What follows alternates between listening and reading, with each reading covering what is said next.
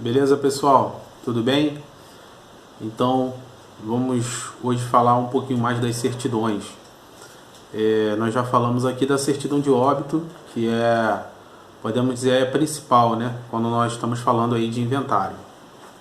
Mas outras certidões também são importantes para que a gente possa, então, dar andamento aí no inventário extrajudicial. Sempre lembrando que aqui no nosso canal nós sempre estaremos falando da via extrajudicial, tá, pessoal? Sempre da via extrajudicial. O que a gente vai falar sobre as certidões hoje? Vamos falar basicamente sobre duas certidões: a certidão de nascimento e a certidão de casamento. Alguns detalhes que a gente precisa entender sobre essas certidões. A primeira coisa é ter a certeza de qual certidão nós vamos precisar usar no inventário que a gente está fazendo. Por que eu estou falando isso? Eu estou falando isso porque, assim, na maioria das vezes, você pergunta para o herdeiro qual é o estado civil dele. Aí ele diz para você: eu sou solteiro, ou eu sou solteira. E aí, quando alguém é solteiro, a certidão que ele tem que apresentar é a certidão de nascimento, correto? E aí, depois você descobre que, na verdade, aquela pessoa não era solteira. Ela era divorciada, ou ela era separada, ou ela era, em muitos dos casos, até mesmo viúva. Então, isso é algo que você precisa identificar com clareza, tá? Esse estado civil. Em alguns, eu costumo perguntar, depois que a pessoa diz que é solteira, eu reafirmo, né?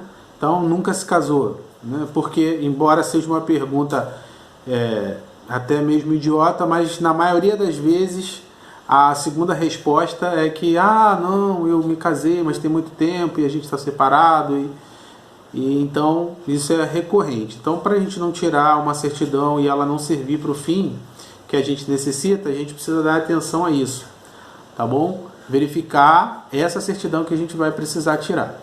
Então, se essa pessoa realmente for solteira, nunca tivesse casado, nós vamos então solicitar a certidão de nascimento dessa pessoa.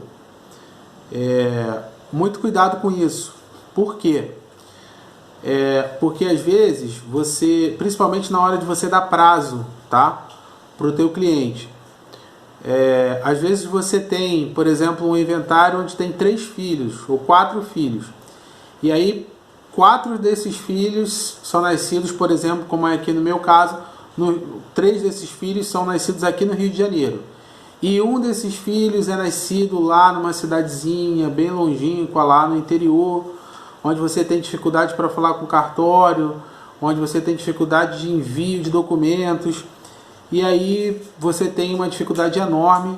Às vezes você consegue aprontar toda a documentação do inventário e fica faltando somente aquela certidãozinha lá daquele herdeiro. E aí você tem um problema, porque você já fica naquela adrenalina de repente as outras certidões vencerem e você não conseguir fazer o seu inventário.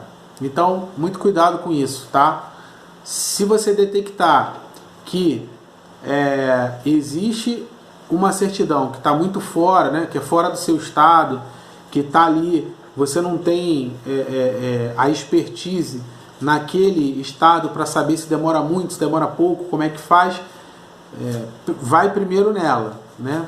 Primeiro nessa certidão, verifica como é que para ver se vai levar muito tempo para você conseguir tirar as outras certidões e não perder o prazo das outras certidões, tá? E aí, basicamente, nessas certidões de nascimento, você vai olhar e examinar essa certidão com aspectos parecidos das certidões que nós vimos lá no nosso outro vídeo, que falou da certidão de óbito. Então, algumas coisas são parecidas, né? Como grafia de nome, a data do nascimento, se ela está correta, se o nome dos pais estão corretos, né? Então, basicamente essas informações. Como eu já disse lá na certidão de óbito, é importante verificar, porque depois pode dar problema e você pode ter que retificar esse documento no cartório, e nem todos os cartórios têm uma celeridade nesse processo. Então pode ser que você demore com isso e isso vai atrasar aí o seu inventário, tá?